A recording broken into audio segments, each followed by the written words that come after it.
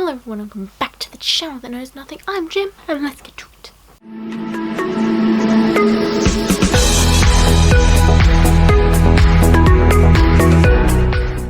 So today I thought we'd do something fun, and that fun thing is 10 books to get to know me. So this isn't necessarily my favourite books, but I think they're books that have either impacted me in some way or just fun and sort of represent my part of my personality, I guess. Maybe, I don't know, we'll see what happens when they come up. But yeah, I do have to do a reboot of my top 10 books because the last one was a while ago. We'll start at number 10, and for number 10 I decided to go with Lumberjanes. It is one of my favourite graphic novels of all time. It's kind of about everything and nothing at the same time. It's about being there for your friends when they need you, even though so much is going on within that world. It all comes back to friendship and being there for one another, and I think that's why I always come back to that series, because above all else, friendship is so important, family is so important as well, but the basis of the whole graphic novel is that they're away from their families and they've kind of made their own little family at this crazy summer camp where everything is happening. And I just think it's great because it's fun and it has a way of bringing in really difficult themes in such a fun and interesting way, and I like the fact that no one gives a shit about how anyone defines themselves. It's like, if you're a good person, then we like you, and I think that's why it's so special to me. At number 9 I decided to go with Shakespeare's Romeo and Juliet. It is not my favourite of the Shakespeares, although it is up there, just not my favourite, but I think the most important thing about it to me is that it's Shakespeare. I really like Shakespeare. I know a lot of people don't, but the most important thing about the story in it is that it all comes from hating each other for no kind of good reason, just because they're both really big families and just want to hate each other. And I really do love tragedies. I studied tragedies in high school. I thought they were amazing because you can do so much with them and no one's asking for a happy ending.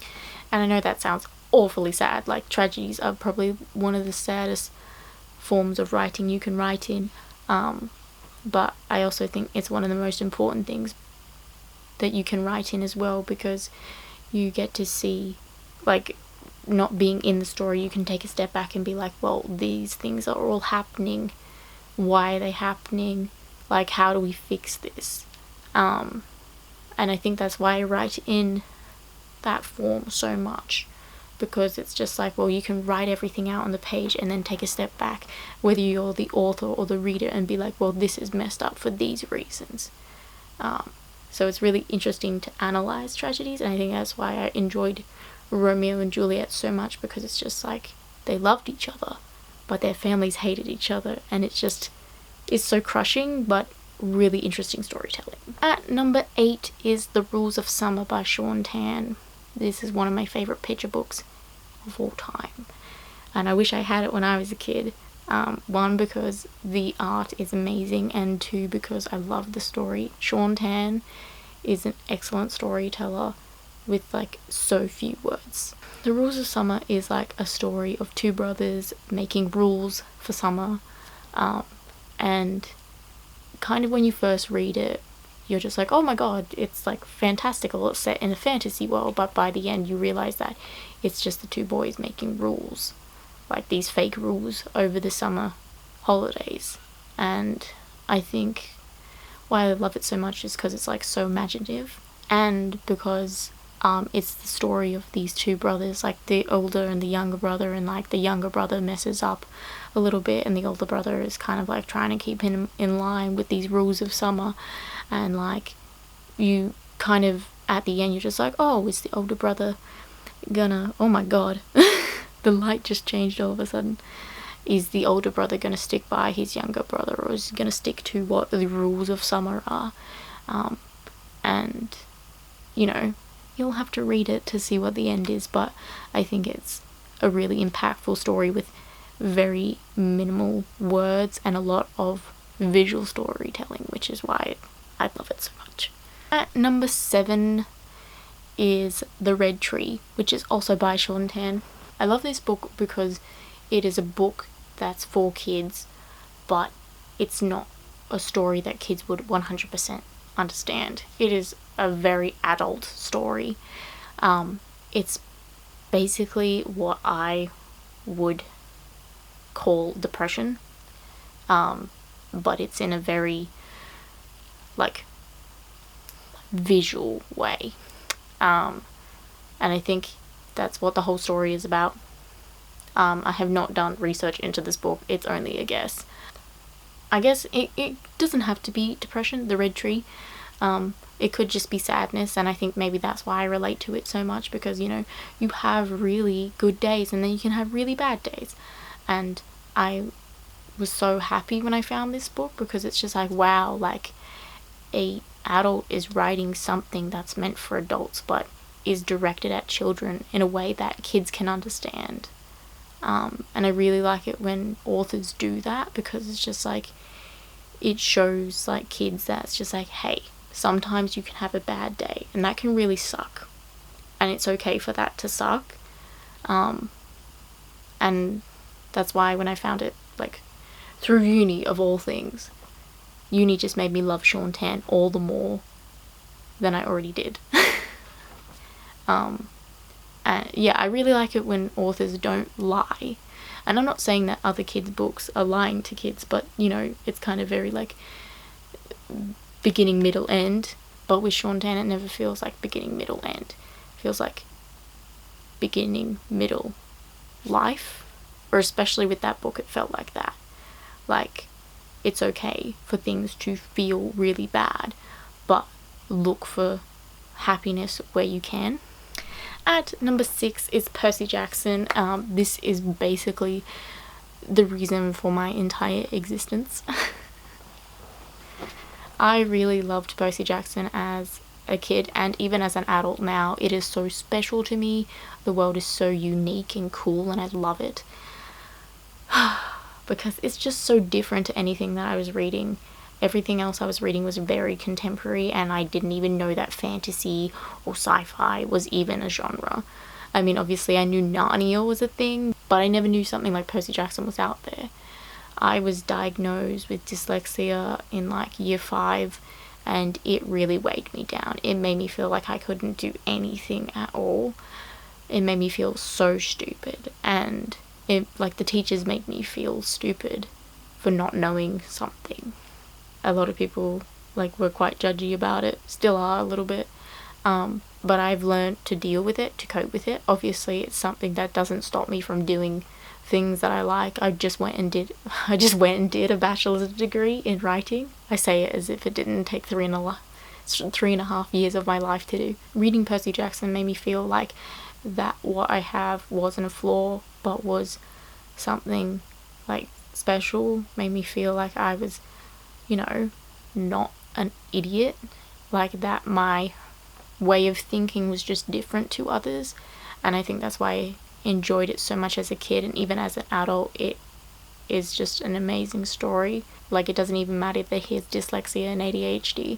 All these things are like powerful within like his world. Like, yes, he is like taken back because he doesn't understand English, but that hasn't stopped him from doing all these amazing things. Anyway, it just made me feel like that I wasn't stuck, and I think that's why it's so special on me and why it made the list. At number 5 is The Land of Stories by Chris Colfer. I love this series. It is so amazing. I love fairy tales. Fairy tales are awesome. I have always loved the very classic dark fairy tales because I was just like, oh my god, Cinderella. That's not how you're meant to end at all. I also like the ones that aren't really well known as well, like the Grimm's Brothers ones, like the original, like fairy tales. But the thing I like about it is that it's very similar to the classic fairy tales because it does not follow the tropes that Disney has given us, like, you know, Little Red Riding Hood is a princess she is a princess, but she is also like a princess. You know what I mean. English. And we get Goldilocks, who is kind of like this badass outlaw that's in love with, well, I won't tell you who she's in love with because that might be a spoiler for some people. But I like it because it is different and doesn't fall on the tropes of fairy tales. I like that Chris also brings in his own original characters and his own stories to the world, and I just think it's very cute and fun, and it doesn't need to be any more than that. At number 4 is The Electric State. I have talked about this book before, but I will do it again because it's amazing. I really like the story in this world because you don't quite know what's happening. You're kind of wandering aimlessly as the main characters are doing as well, and you're just like, what's going on? I remember when I first read this book, I was like, oh my god, what? There's such a morbid ending, like, I don't understand. And it wasn't until I read it for like the second time with my mum's input that I understood what was happening, because #dyslexia is awesome. It is also a very visual book with heaps of pictures and not much storytelling in bits where you would want to have storytelling. That just makes the end of the book more like of a plot twist, and you're just like, you have to big brain it at the end. And I suppose you can take different things from the ending of the book. You can either see it the bad way or the good way, or like be confused. I don't know. At number 3 is Diary of a Wimpy Kid. I know heaps of people will be like, oh my god, I can't believe you added this one to the list, but I'm going to, even though I am deeply, deeply ashamed of it. I also realised that it's the book that really got me into reading. It is so contemporary, and I can relate to the main character so much because #middle child life is awesome. I did think the main character was awfully annoying at some points, but I did also agree with him at others. I loved the little doodles in it, and I loved that the font was something I could read, because we, as a group, dyslexic people, can read things that are more cartoony than things like Times New Roman. Times New Roman sucks. I hate that font. I hate it. It was the only thing they printed off in high school. It's just like, excuse me. Fuck off, Times New Roman. Anyway, it makes the list because even though I hate it now, it did make me who I am now. The weirdo. Great. At number 2 is The Giver. This is probably one of my favourite dystopian books ever, apart from The Hunger Games. Hunger Games didn't make it because it's a little bit more weird than this one. The Giver, I just find so cool. I don't even have words for it. I feel like being in a world where your emotions are like kind of taken from you, and there's this one person that has the duty of making you understand emotions and the past is really interesting. And also like a very heavy burden to take on. I do really love the movie that goes with it. I know a lot of people don't, but I think the movie did quite a good job, apart from some things that happen in the story that don't happen in the movie. We'll let it go.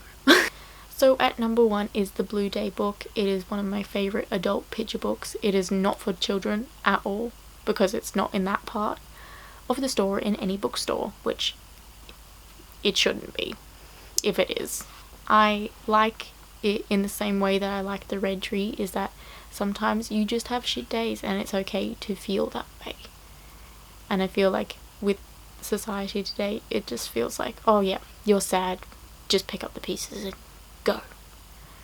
And it's just like, no, it's okay, I'm allowed to take a minute and be sad about something, or be sad about something trivial or something big or small. Like, it doesn't matter what it is, we're human and it's okay to feel sad.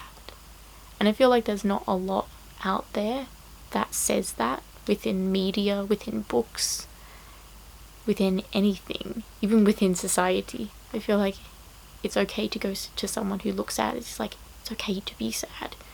So, like, it's not okay to be sad forever, but take your time to heal and pick up the pieces of yourself and try and get on.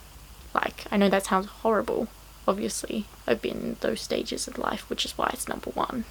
Anyway guys, that's all I've got for you today. Please like, subscribe, because that is always nice, and I'll see you next time. Goodbye.